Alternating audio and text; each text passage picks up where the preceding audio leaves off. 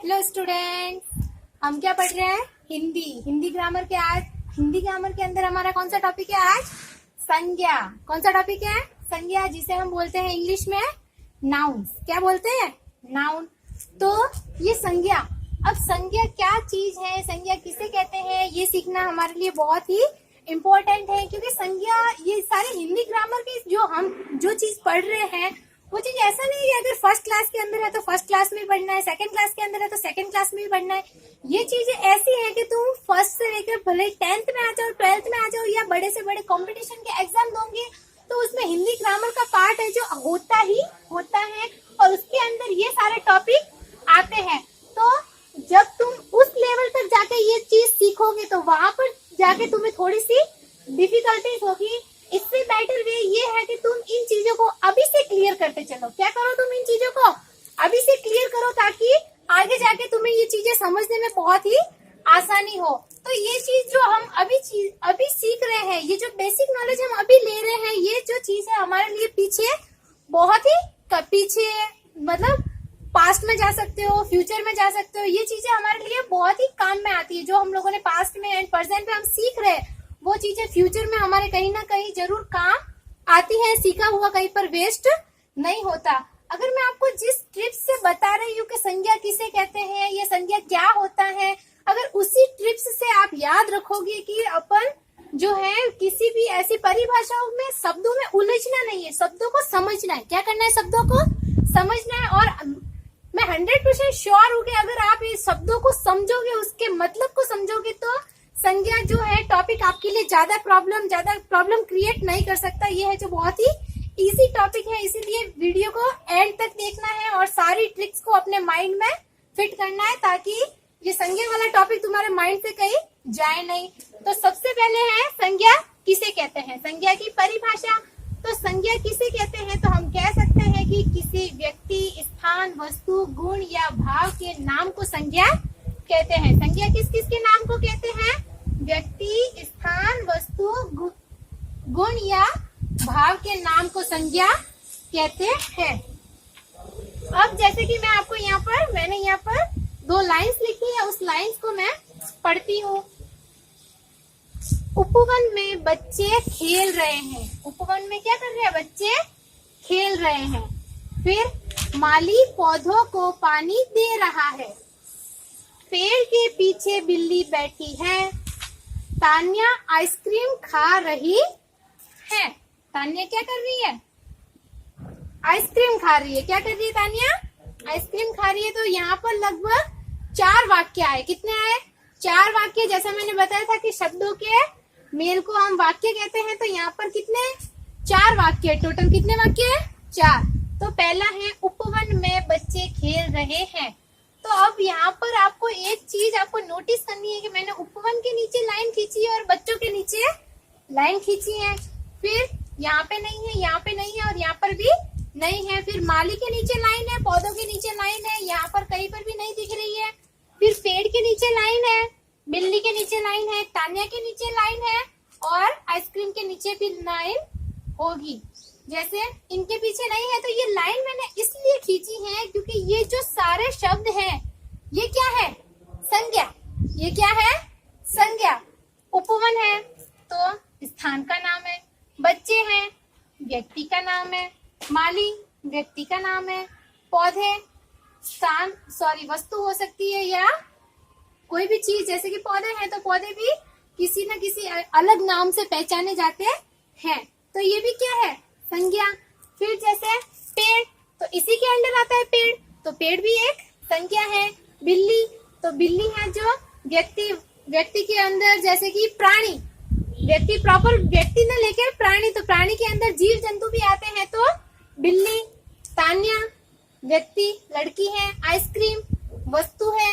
ये सारी चीजें क्या थी? जिन जिन के नीचे मैंने अंडरलाइन किया है ये सारी चीजें ही संज्ञा है। तो हम संज्ञा को नॉर्मली आम बोलचाल की भाषा में भी यूज करते हैं और हम संज्ञा को नित्य दिन पढ़ते ही हैं। तो अब मैं बताती हूँ कि संज्ञा के अंदर व्यक्ति के नाम, जैसे प्राणी, तो प्राणी के अंदर जैसे जीव जंतु भी आ सकते हैं, पक्षी, जानवर, कुछ भी हो सकता है, व्यक्ति हो सकता है, औरत हो सकती है, आदमी हो सकता है, बच्चा हो सकता है, बच्ची हो सकती है, कुछ भी हो सकता है। स्थान में जैसे अलग अलग टाइप्स के स्थान होते हैं, जैसे स्कूल्स, हॉस्पिटल्स, और भी जैसे मॉल्स, थिएटर्स। तो ये सारे क्या है? स्थान। वस्तु के अंदर जैसे ये बोर्ड, मार्कर, फोन, ऐसी जो चीजें होती है अलग अलग जिन्हें हम अपने दैनिक यूज में लेते हैं, उनको हम वस्तु। जैसे गुण, तो गुण किसी चीज का गुण होता है, जैसे कि कंप्यूटर है, तो कंप्यूटर क्या करता है?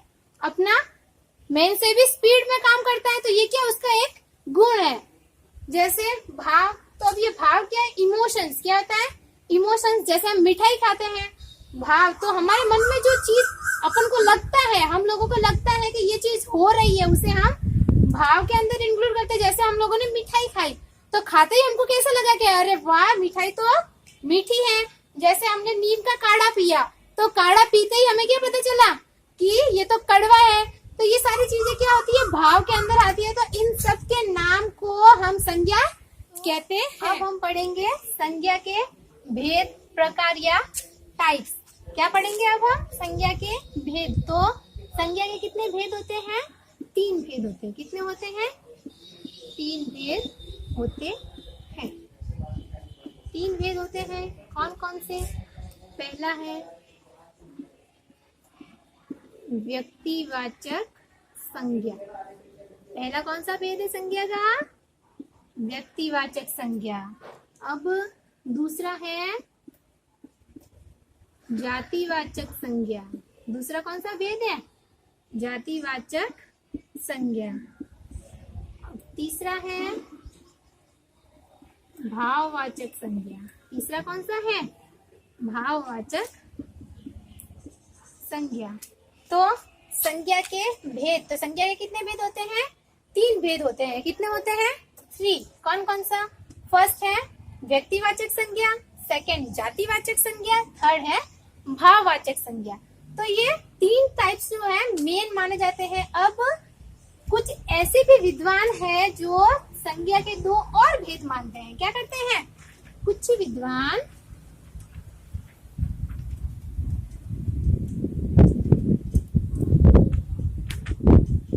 संज्ञा के 2 और भेद मानते हैं। क्या करते हैं कुछ विद्वान? संज्ञा के 2 और भेद मानते हैं कि ये 3 टाइप्स तो है, पर इसके अलावा भी 2 टाइप्स और होते हैं। तो कुछ विद्वान संज्ञा के 2 और भेद मानते हैं। कौन कौन से? पहला है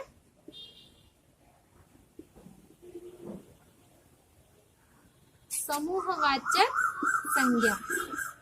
पहला कौन सा है? समूहवाचक संज्ञा। दूसरा है द्रव्यवाचक संज्ञा। दूसरा कौन सा है? द्रव्यवाचक संज्ञा। तो संज्ञा के कितने भेद हुए टोटल? 5, पर मोस्ट ऑफ यूज में कितने आते हैं? 3। कौन कौन से? व्यक्तिवाचक संज्ञा, जातिवाचक संज्ञा और भाववाचक संज्ञा।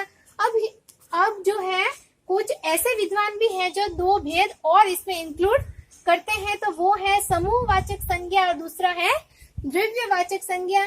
तो अब हम भेद तो हमने देख लिए कि भेद कितने होते हैं और कौन कौन से होते हैं। अब हम इन भेदों के बारे में पढ़ेंगे कि व्यक्तिवाचक संज्ञा क्या होता है या इसमें क्या क्या चीजें शामिल की जाती है, ऐसे जातिवाचक, भाववाचक, इन सभी चीजों के बारे में हम थोड़ी थोड़ी सी जानकारी प्राप्त अब हम करते हैं। 3 जो संज्ञा के 3 भाग थे उनको अलग अलग करके एक एक को पहले पढ़ते हैं। तो सबसे पहला कौन सा भेद था? व्यक्तिवाचक संज्ञा। सबसे पहला कौन सा था हमारा? व्यक्तिवाचक संज्ञा।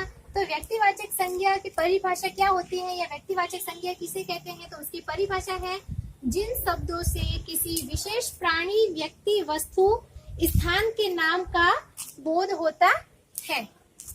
जिन शब्दों से किसी विशेष प्राणी, व्यक्ति, वस्तु, स्थान के नाम का बोध होता है, व्यक्तिवाचक संज्ञा कहते हैं। अब किस किस के नाम का बोध होता है? किसी विशेष प्राणी, व्यक्ति, वस्तु। और प्राणी के अंदर जैसे जानवर, पक्षी, व्यक्ति सब आ गए। जैसे जो जीवित होते हैं, जो सांस लेते हैं, जिसके अंदर प्राण है, वो सारे जीव जगत के सारे प्राणी। फिर कोई भी वस्तु या स्थान के नाम का बोध होता है, यानी किसी विशेष चीज का बोध होना। जैसे हम इंग्लिश में पढ़ते हैं प्रॉपर नाउन, क्या पढ़ते हैं?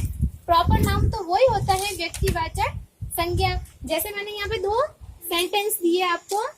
रानी लक्ष्मीबाई झांसी की रानी थी। रानी लक्ष्मीबाई कहाँ की रानी थी? झांसी की रानी थी। तो झांसी की रानी कौन थी? रानी लक्ष्मीबाई। तो रानी लक्ष्मीबाई एक ही थी। तो इसमें क्या हो रहा है? हमें रानी लक्ष्मीबाई के बारे में पता चल रहा है। तो रानी लक्ष्मीबाई एक ही थी, झांसी की रानी लक्ष्मीबाई 2 तो नहीं थी।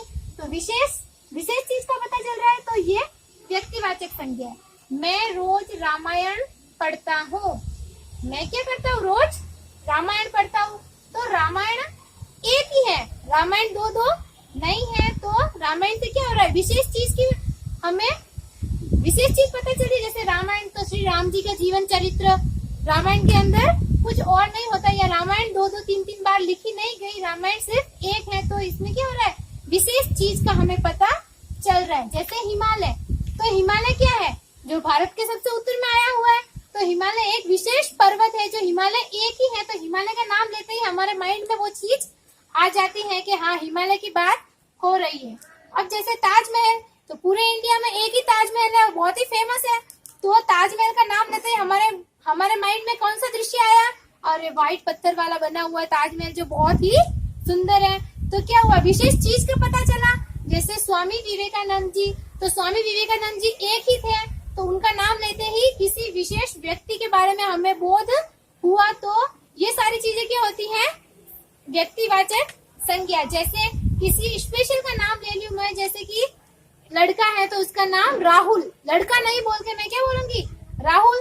जैसे रौनक, या पापा नहीं बोल के, पापा किसी के भी पापा हो सकते हैं। अगर मैं आपके पापा का नाम लूंगी तो क्या हो रहा है? विशेष व्यक्ति का बोध होगा। तो इसे हम व्यक्तिवाचक संज्ञा कहते हैं।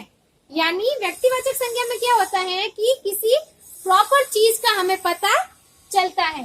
अब सेकंड टाइप आता है जातिवाचक संज्ञा। सेकंड टाइप कौन सा है हमारा? जातिवाचक संज्ञा। तो जातिवाचक संज्ञा किसे कहते हैं? वे शब्द जो किसी विशेष जाति या वर्ग, वे शब्द जो किसी, समझो इधर क्या बोल रहा है ये, विशेष जाति या वर्ग या वस्तुओं के नाम का बोध कराते हैं। अब कौन से शब्द? विशेष जाति या वर्ग। अब जाति, जैसे जानवर है तो जानवरों की एक जाति हो गई, उसमें भी अलग अलग टाइप्स के होते हैं। जैसे पानी में रहने वाले अलग होते हैं, जमीन पे चलने वाले अलग होते हैं, आकाश में उड़ने वाले अलग होते हैं। वर्ग, जैसे मनुष्य, तो मनुष्य में भी अलग अलग जाति होती है। जैसे मेल, फीमेल, चाइल्ड, बहुत सारी जाति होती है, वर्ग होते हैं। तो ये क्या होता है? विशेष जाति या वर्ग या वस्तुओं के नाम का बोध कराते हैं, उन्हें जातिवाचक संज्ञा कहते हैं। जाति मतलब ये नहीं कि हम कास्ट से मतलब निकाल दें, इसका मतलब कि हमें पहचान हो जाती है कि ये कौन से वर्ग के अंडर आ रहा है। जैसे यहाँ पे लिखा है पशु वन में रहते हैं। क्या करते हैं? पशु वन में रहते हैं। तो यहाँ पे किसकी बात हुई? पशु की बात हुई। तो पशु के अंदर शेर, चीता, भालू कोई भी हो सकता है। हमें स्पेशल नाम दिया यहाँ पर। अगर यहाँ पे नाम होता कि शेर वन में रहता है, तब तो वो कौन सी संज्ञा हो जाती? जातिवाचक संज्ञा। पर यहाँ पर क्या है? पशु। तो पशु के अंदर सारे जितने भी वन में रहने वाले पशु होते हैं, वो उन सारों की बात की गई है। तो स्पेशल जाति या वर्ग की बात हुई है, तो इसीलिए इसको हम जातिवाचक संज्ञा कहते हैं। अब जैसे आया मछलियां तैरती हैं, तो मछलियों में भी बहुत सारी मछली होती है, कोई छोटी होती है, कोई बड़ी होती है। जैसे कि कोई समुद्र में रहती है तो कोई छोटे से झील तालाब में रहती है।